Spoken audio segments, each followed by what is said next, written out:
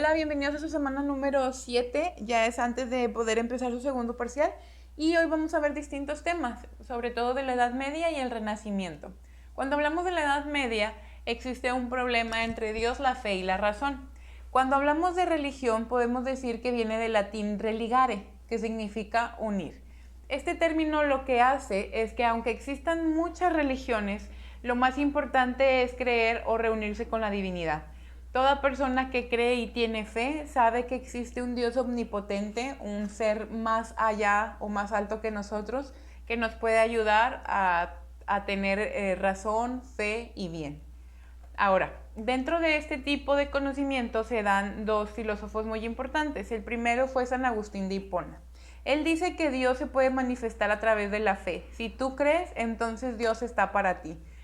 Y que el mal no existe, sino que es una simple ausencia del bien. De hecho, aquí una de las frases que pone y que lo relaciona es esta. Quienes no eligen a Dios lo hacen pensando que hay otros bienes superiores a Él y eso es lo que los conduce al mal. ¿Qué quiere decir?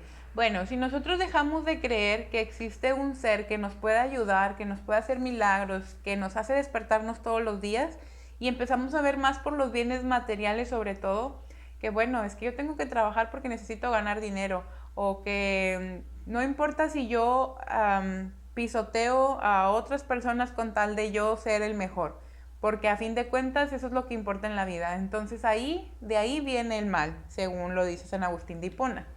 Y Santo Tomás de Aquino, que fue el filósofo más importante de la Edad Media, dice que existen 5 vías para poder comprobar la existencia de Dios: por el movimiento, la casualidad, la contingencia, los grados de perfección y el orden del universo.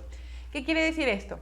Que quien mueve al mundo, quien lo causa, quien hace que existan todas las cosas, que le da un orden a la vida y que en este caso es perfecto, solamente puede ser Dios. Y que gracias a este podemos tener todas estas 4 cosas más para poder comprobar su existencia. Y por consiguiente podemos conocerlo a través de 2 maneras: la razón y la revelación. La razón es solo conocer la verdad, pero la revelación es aquello que se presenta como nosotros lo conocemos como milagro y puede ser mucho más alto que el conocimiento o la verdad, según para él, y es mucho más confiable. Ahora, cuando se acaba la Edad Media, nace una nueva postura que se llama el Renacimiento. De ahí viene la palabra volver a nacer, renacer. Y aquí ya no importa tanto Dios, sino importa ya el ser humano. A partir de este movimiento empiezan a hacer comedias acerca del bien y el mal. De hecho, la Divina Comedia de Dante fue una de las más importantes, en el cual te cuenta, según esto, cómo es el infierno. También una de las cosas muy importantes que se dieron fue que ya los textos homéricos se pudieron traducir del griego al italiano en 1488, hace muchísimos años.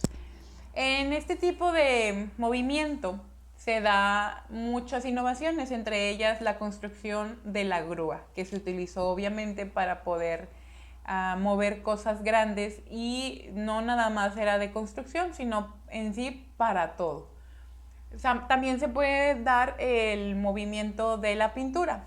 Hubo artistas muy importantes como Miguel Ángel, Rafael, Leonardo da Vinci, Botticelli, que fueron considerados como genios por el tipo de pinturas que existen. La Mona Lisa, lo de Adán y Eva, lo de Dios. Ellos podían captar a través de su arte lo más importante para la humanidad. Fue adquiriendo rasgos individuales y sobre todo se consideraba que el hombre dejaba de sentir tanto ya la necesidad de agradar a Dios para poder ver qué es lo que necesita él. Hace al hombre en medida de todas las cosas. Aquí ya el ser humano era la gran pregunta del Renacimiento. ¿Cómo explicar que ese nuevo ser emerge con características y posibilidades propias? ¿Qué hace libre al ser humano? Entonces empieza a desarrollarse mucho conocimiento tanto astrológico como filosófico. Uno de los más importantes fue Nicolás Copérnico y su giro copérnico. ¿Qué quería decir? Ya en este caso pasa a poner a la Tierra como un segundo plano. Antes decían que todo giraba alrededor de la Tierra y él no. Empieza a investigar y se da cuenta que realmente La Tierra es un planeta más que gira alrededor del Sol y que hace este movimiento de rotación. Entonces fue muy criticado. Años después, Galileo Galilei publica un escrito siguiendo los ejemplos de Copérnico, diciendo, oye, sí, tienes razón, la Tierra gira alrededor del Sol junto con otros planetas y no en viceversa o al revés. Entonces, empieza a desarrollar este escrito y fue condenado por la iglesia por este tipo de escritos, sobre todo porque la iglesia le temía este tipo de teorías en donde cambiar lo que ya está escrito por algo que ellos no podían comprobar si era cierto o no. Este tipo de libro se llamaba Diálogo sobre los sistemas principales del mundo y fue en 1633. La dignidad del hombre según Pico de la Mirándola. ¿Qué significa este hombre? Él nada más vivió 32 años, pero crea una obra filosófica muy reconocida que lo acusaba por faltar a la doctrina de la iglesia. Él decía que la persona es libre y siendo libre podía tener muchas posibilidades de lo que quiere ser. En este caso tiene una frase que dice: tienes las capacidades para elegir entre muchas actividades. Todas son igual de dignas e importantes y valiosas. De manera que solo te toca decir, quiero ser esto. Pero aquí había una parte importante. Ya después de haber elegido qué es lo que quieres ser dentro de tus posibilidades, era la forma en que lo elegías. ¿Cómo elijo entre esas posibilidades y cómo yo evito que la elección me impida después elegir entre todas las posibilidades? ¿Cómo yo sé que quiero ser maestra y no psicóloga y no doctora y no enfermera o no astronauta? Entonces tengo que ver las posibilidades de lo que yo quiero ser, de mi libertad, que es lo que me da más libertad a mí, para poder saber si lo elegí correctamente entre todas las posibilidades que yo tenía. El universo de Giordano Bruno. Él en este caso decía que el universo era animado. ¿Qué quiere decir? Que tenía alma propia y que cada planeta tiene un cuerpo y un alma que adquiere en cada caso de esta forma. Y ya para poder finalizar les voy a poner un documento en el cual se llama La Reforma Protestante y sus principales exponentes. Son dos autores que se llaman Martín Lutero y Juan Calvino.